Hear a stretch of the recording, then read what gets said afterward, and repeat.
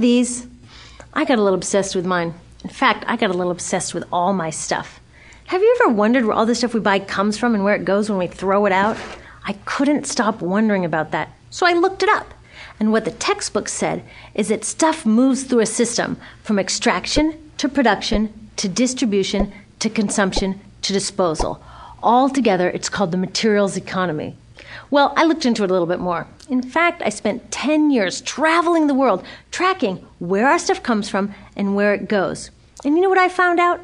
That is not the whole story. There is a lot missing from this explanation. For one thing, this system looks like it's fine. No problem. But the truth is, it's a system in crisis. And the reason it's a system in crisis is it's a linear system and we live on a finite planet. And you cannot run a linear system on a finite planet indefinitely. Every step along the way, this system is interacting with the real world. In real life, it's not happening on a blank white page. It's interacting with societies, cultures, economies, the environment. And all along the way, it's bumping up against limits. Limits we don't see here because the diagram is incomplete. So let's go back through. Let's fill in some of the blanks and see what's missing. Well, one of the most important things that's missing is people. Yes, people. People live and work all along this system. And some people in this system matter a little more than others. Some have a little more say. Who are they? Well, let's start with the government. Now, my friends tell me I should use a tank to symbolize the government, and that's true in many countries and increasingly in our own. After all, more than 50% of our federal tax money is now going to the military.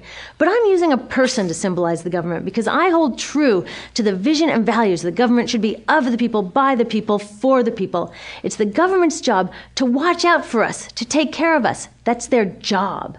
Then along came the corporation. Now, the reason the corporation looks bigger than the government is that the corporation is bigger than the government. Of the 100 largest economies on Earth now, 51 are corporations. And as the corporation has grown in size and power, we've seen a little change in the government where they're a little more concerned in making sure everything's working out for those guys than for us. Okay, so let's see what else is missing from this picture.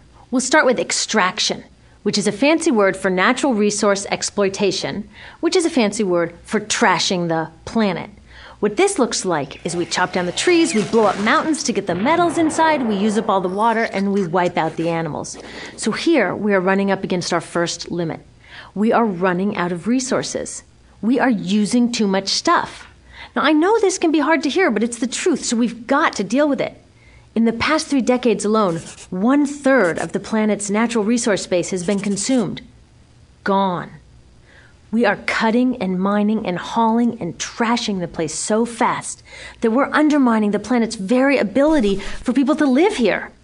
Where I live, in the United States, we have less than 4% of our original forests left. 40% of the waterways have become undrinkable. And our problem is not just that we're using too much stuff, but we're using more than our share. We have 5% of the world's population, but we're using 30% of the world's resources and creating 30% of the world's waste. If everybody consumed at US rates, we would need 3 to 5 planets. And you know what? We've only got 1. So my country's response to this limitation is simply to go take somebody else's. This is the third world, which some would say is another word for our stuff that somehow got on somebody else's land. So what does that look like? The same thing, trashing the place.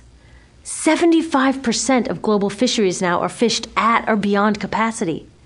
80% of the planet's original forests are gone. In the Amazon alone, we're losing 2,000 trees a minute. That is 7 football fields a minute. And what about the people who live here?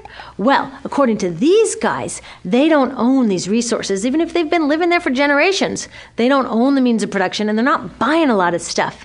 And in this system, if you don't own or buy a lot of stuff, you don't have value.